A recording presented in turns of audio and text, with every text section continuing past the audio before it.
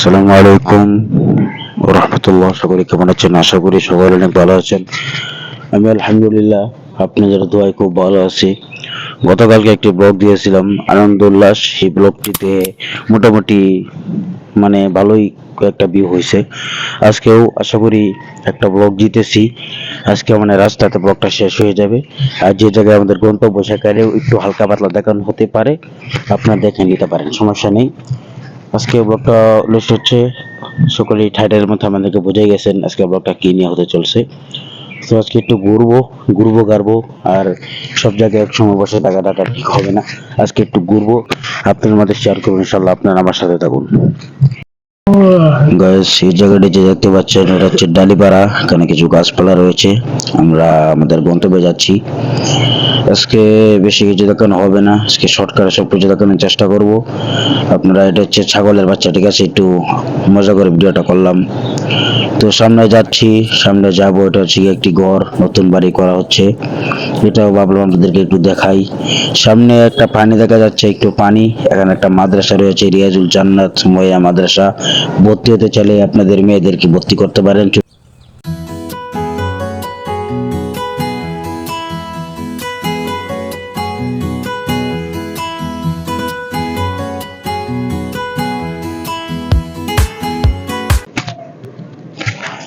ব্যাস, আজকের ওয়েদারটা হচ্ছে খুব সুন্দর।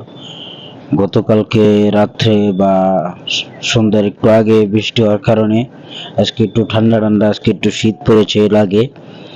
তাই আজকে আমরা একটু হালকা হালকা একটু কুয়াশা কুয়াশা ভাব আর কি, কিন্তু পরে নাই। আজকের ওয়েদারটা খুব সুন্দর একটা ওয়েদার, আপনারা উপভোগ করতে পারবেন। খুব গ্রামের রাস্তাটা দিয়ে আমরা হাঁটতেছি আর বারে বারে দেখতেছি। অনেক সময় ট্রাই করি এই জায়গাটা ভিডিও করার জন্য, কিন্তু পারি না।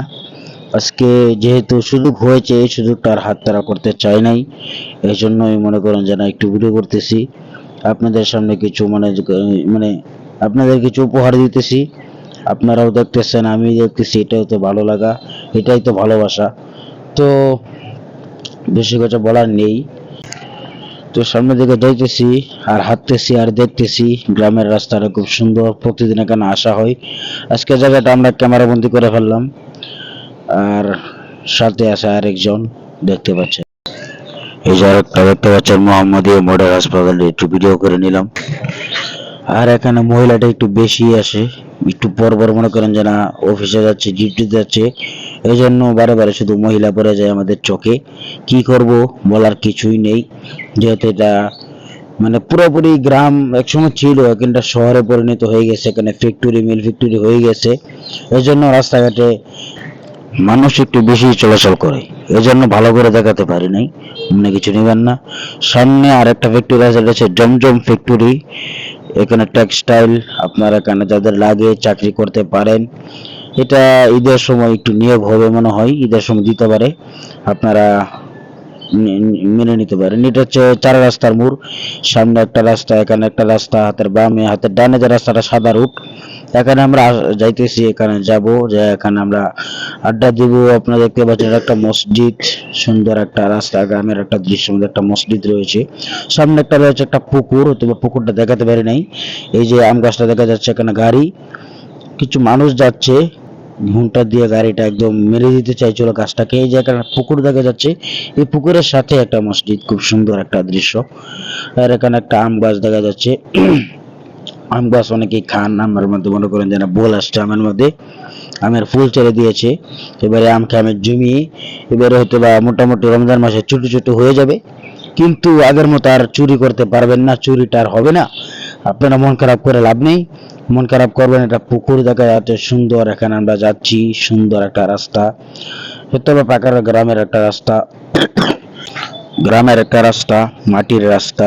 এখানে বাজার রয়েছে, বড়ই গাছও রয়েছে। প্রতিদিন আসার সময় একটা করে বড়ই খাই, আর আমার গলার মধ্যে সমস্যা হয়ে যাইতেছে। গলার মধ্যে সমস্যার কারণে কথা বলতে পারে না, কাশ হয়। প্রতিদিন বড়ি খাওয়ার কারণে মনে হয় অন্যের কাছে খাওয়ার কারণেই এরকম হইতেছে। আমাদের যাচ্ছি, আমাদের গন্তব্যে চলে এসেছি, এখন যাব, যে বসবো, চাঙ্গার মধ্যে বসবো এখন।